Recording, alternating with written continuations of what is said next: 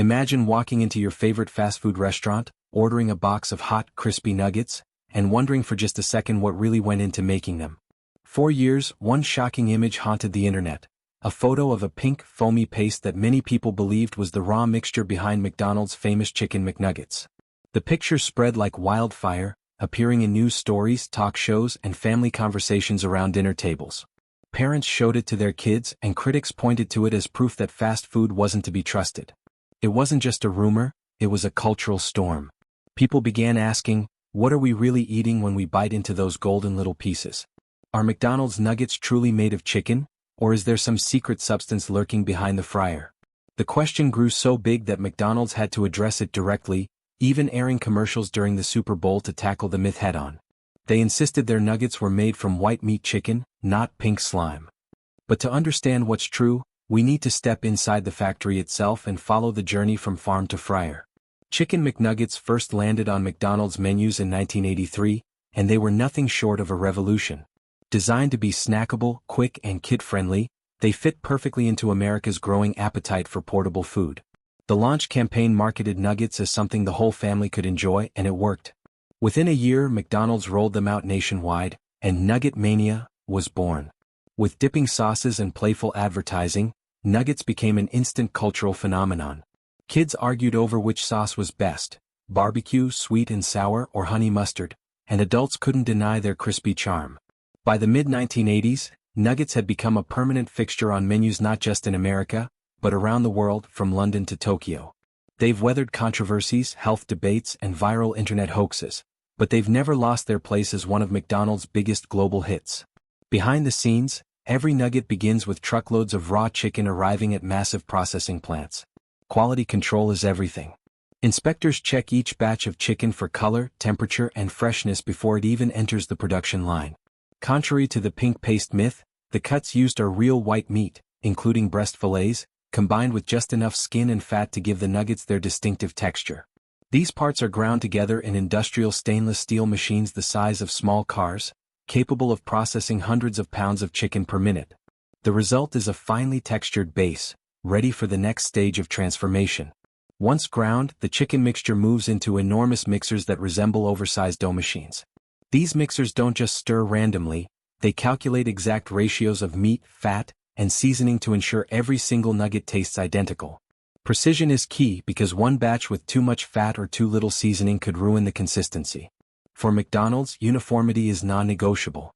When millions of customers are biting into nuggets every day, they all expect the same crunch, the same flavor, and the same satisfying bite. Next comes one of the most fascinating parts of nugget production: shaping. Specialized molding machines stamp out nuggets into 4 playful designs: the bell, the bow tie, the ball, and the boot. These aren't just random gimmicks. The shapes were engineered so they cook evenly in oil while also looking fun for kids. Each mold can press out thousands of nuggets per minute, spitting them onto conveyor belts in perfectly formed rows. Ask any nugget fan and they'll tell you they have a favorite shape. Maybe you always reach for the boot first, or maybe the simple round ball is your go-to. It's part of the quirky charm of McDonald's nuggets. After shaping, nuggets head to the coating stations. First, they're dipped in a thin batter that acts like glue for the breading. Then comes the seasoned flour coating that gives nuggets their iconic crunch. Inside the plant, the air fills with flour dust as spinning drums tumble nuggets around until every surface is coated. It's a process designed for speed and precision, producing thousands of breaded nuggets in minutes. Now they're ready for a quick dip in hot oil. But here's the twist: nuggets aren't fully cooked at the factory. Instead, they're par-fried for just 35 seconds at around 350 degrees Fahrenheit. This partial fry locks the breading in place and creates that golden shell, but the chicken inside remains undercooked. Steam rises, oil bubbles, and the smell of fried batter fills the plant, but these nuggets still have one more journey before they're ready to eat. Freshly par-fried nuggets then race into blast freezers, where temperatures plummet to nearly -40 degrees Celsius. Within minutes, the core of each nugget is frozen solid, making them safe and stable for transport. Automated arms package the nuggets into sealed bags, printing batch codes and expiration dates for tracking. Any bag that isn't sealed perfectly is discarded immediately. From there, nuggets are stacked onto pallets and loaded onto trucks. They're shipped to McDonald's restaurants across the globe, still frozen and waiting for their final fry. It's only inside the restaurant kitchens that nuggets are fully cooked. Dropped into deep fryers of hot oil, they finish crisping into the golden brown bites we all know. In just a few minutes, they're scooped into paper boxes and served piping hot to millions of hungry customers every day. What started as raw chicken on a truck has become one of the most recognizable fast food items in the world. For McDonald's, the nugget isn't just food, it's part of their identity, a symbol of comfort, convenience, and childhood nostalgia. But while nuggets changed the way America snacked, another fast food innovation was about to take desserts to the next level. In the summer of 1985, people lined up outside Dairy Queen locations across the United States to try something they had never seen before. A dessert so thick that employees flipped the cup upside down before handing it to customers. That dessert was the Blizzard, and it became an overnight phenomenon. More than 175 million cups were sold in the first year alone, shocking the fast food industry and proving that desserts could become just as iconic as burgers or fries. The Blizzard wasn't just about taste. It was about the experience.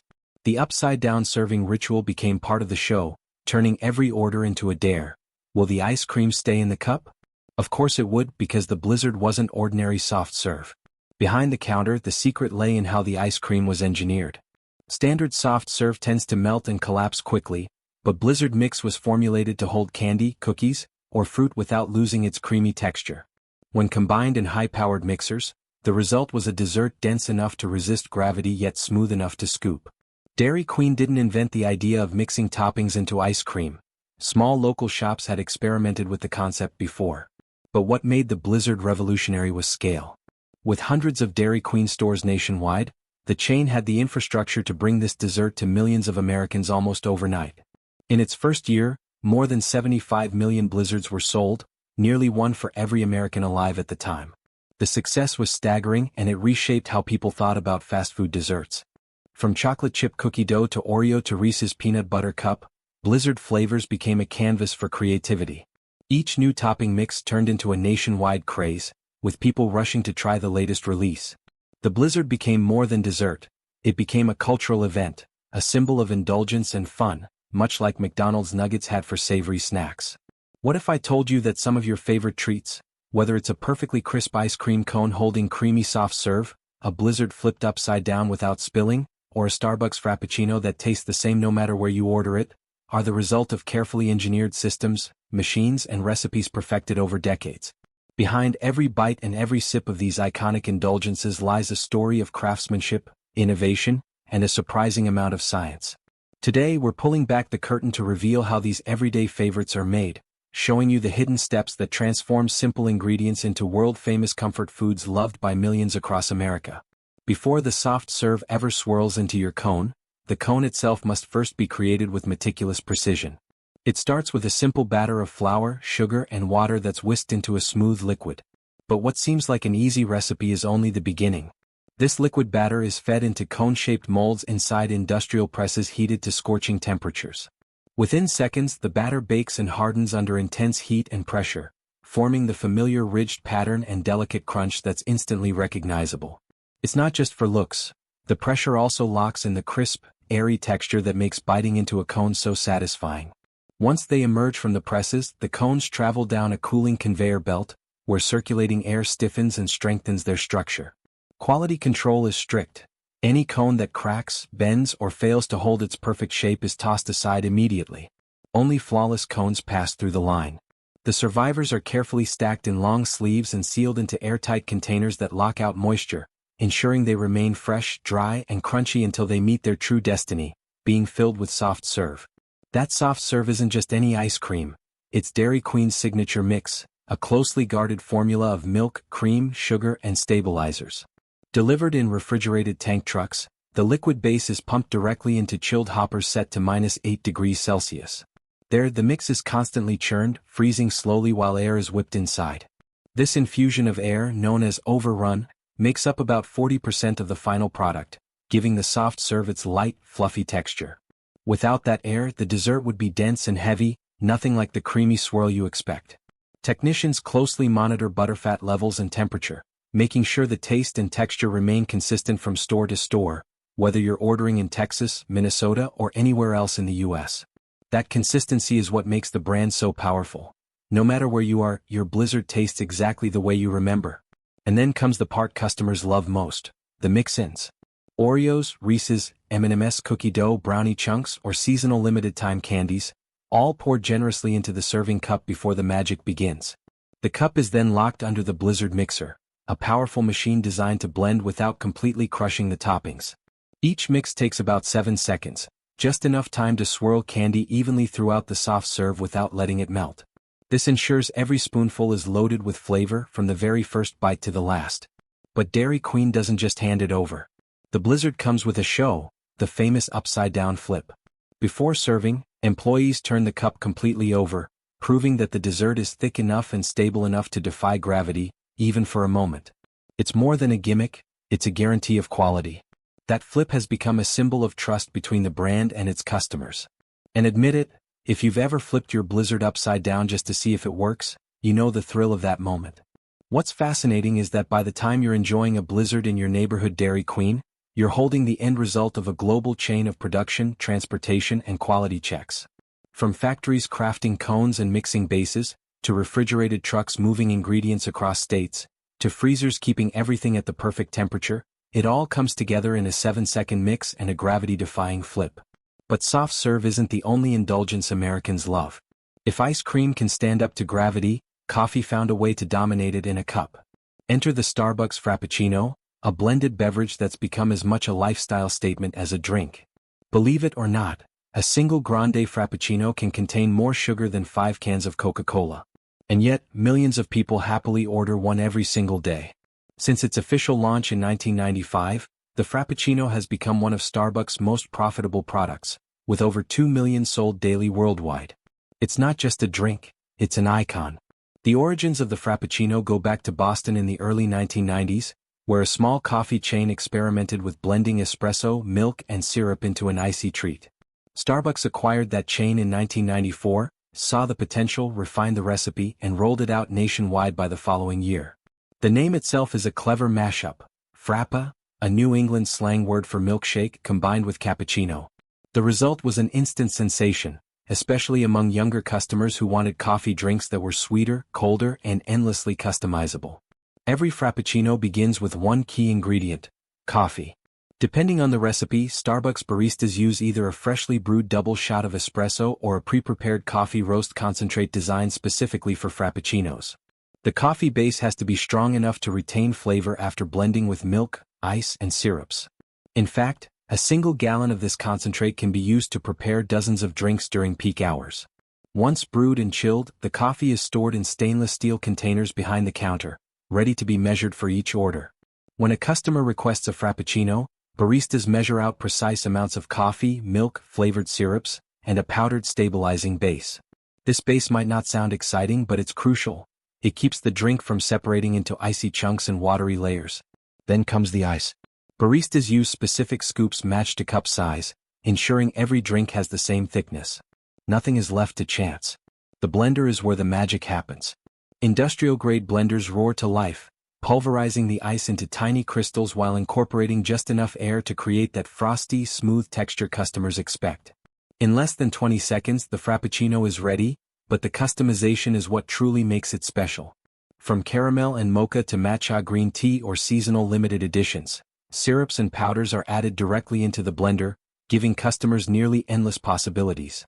Seasonal favorites like the pumpkin spice Frappuccino often spark sales spikes each year, selling millions of cups in just a few weeks.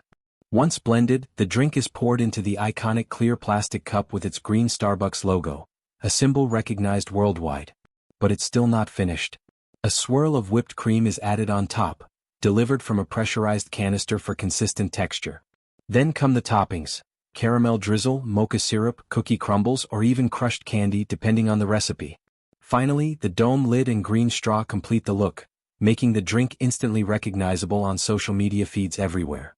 That packaging doesn't just protect the drink, it's a piece of branding genius, signaling a lifestyle of comfort and indulgence. When you step back and think about it, whether it's a Blizzard or a Frappuccino, these treats are far more than simple snacks.